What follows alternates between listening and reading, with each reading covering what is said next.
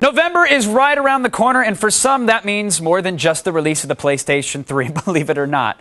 It's election time, but when more people care about who's the next American Idol than who will represent them in Congress, can your vote really make a difference? I'm Kevin Pereira, and I approve this message and this loop.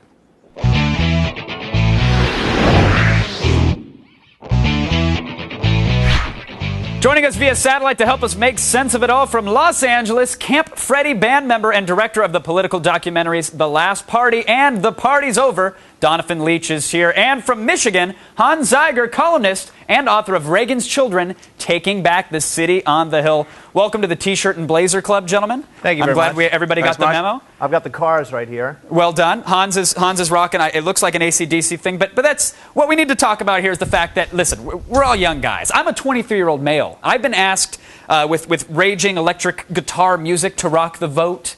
P. Diddy's threatened to murder me and my family if I don't get out there and pull the lever. But the campaigns, for some reason, didn't work. Hans, why is that? Why aren't these things working?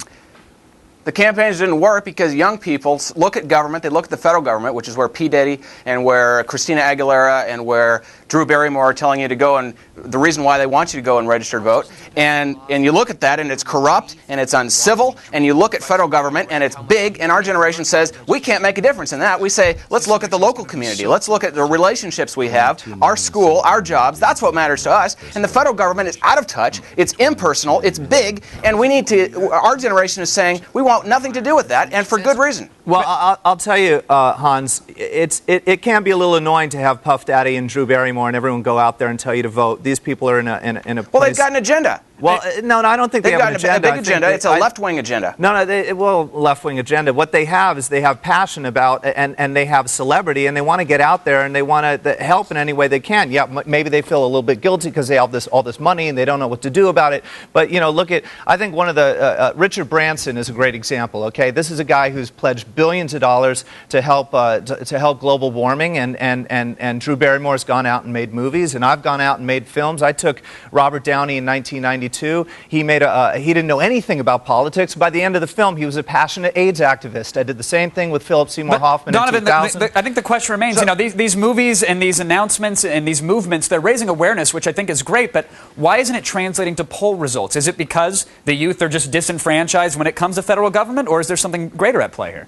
Well, I think everyone's, you know, on YouTube, and everyone is kind of in this a very insular world right now because entertainment and pretty much everything is coming at you. And look, I have to say, it is a little bit of a pain when you sign up at MoveOn.org and you get 15 emails flying at you every day, and it becomes white noise. I understand that. That's a little bit annoying, right. And it's kind of hard. I don't need my political agenda getting mixed up with my herbal we are not Viagra supposed to be, offers. Donovan, I get what you're saying. Yes.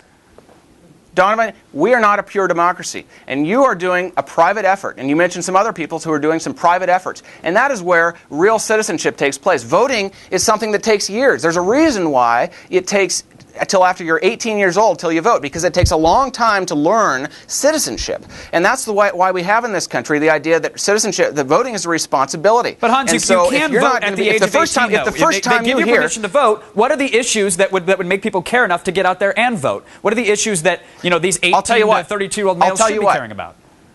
I'll tell you what, people should be caring about their local communities, and young people do care about their local communities. That's why they're volunteering. That's why they're taking on private projects. That's why they're realizing that there are things where they can make a difference, and they're getting involved in that. But politics is big, and it's unwieldy, and it's federal, and we need politics to come back to the local level where it really matters. And that's what the founding fathers of this country had a vision of. Well, not really, that the federal government meant everything to everybody. Donovan, I'm online a lot, and I'm reading blogs and writing blogs for people that are around my age, and I see people caring about things like DRM, file sharing, online gambling, film and video game censorship, privacy issues, habeas corpus. These are topics that I think are coming up for a younger generation. Why aren't we mobilizing? Is it because we're too busy blogging about it on our own LiveJournal websites? Well, it's not just a local issue, too. I mean, the way our founding fathers founded the country on local, but also on a national level, and everything sort of connects, you know? I mean, I voted locally a couple of months ago. I went up to where I vote. They stuck an I voted sticker on me. I drove down the street. I got pulled over by a cop. He was about to write me a ticket. He looked at my I voted sticker and he said, "Did you vote today?" I said, "Yes, I did." He said, "Have a nice day, sir," and let me go.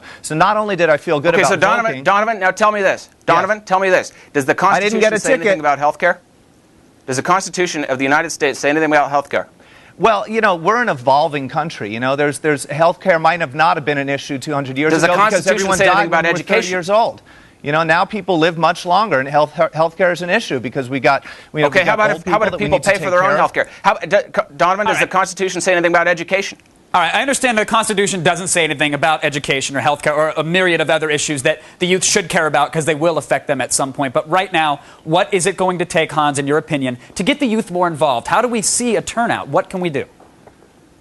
Okay, to get youth more involved, there are two things. Number one, education. We've got to get civics back into our schools. Number two, you got to get young people involved in the communities. These voter drives that say vote or die and all these things that trying to get people to turn out for federal elections, that's not going to register with young people. You got to get them out for local elections. You got to get them out for their school boards and their city councils, and that's where the local action will take place and where you can get people interested in this stuff. And let's keep Puff Daddy off the national agenda altogether. I think we're all in favor of that. Puff, P, Diddy, whatever you want to call him, just keep him off the airwaves. Noted. Yeah. Thanks to Donovan and Hans for keeping us in the loop, gentlemen. I really appreciate that one. Now, listen, the younger generations, they often get overlooked because politicians know that we aren't as likely to turn out on Election Day. Instead, we spend our time ranting in a live journal entry or on petitiononline.com, which, by the way, nobody with actual power reads or cares about. So just know that when the government starts taxing your World of Warcraft in-game transactions or busting you for uploading copyrighted material to YouTube,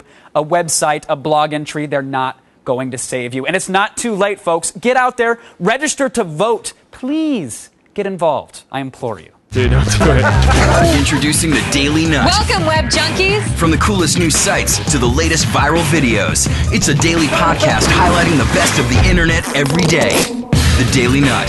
Download it now at g4tv.com.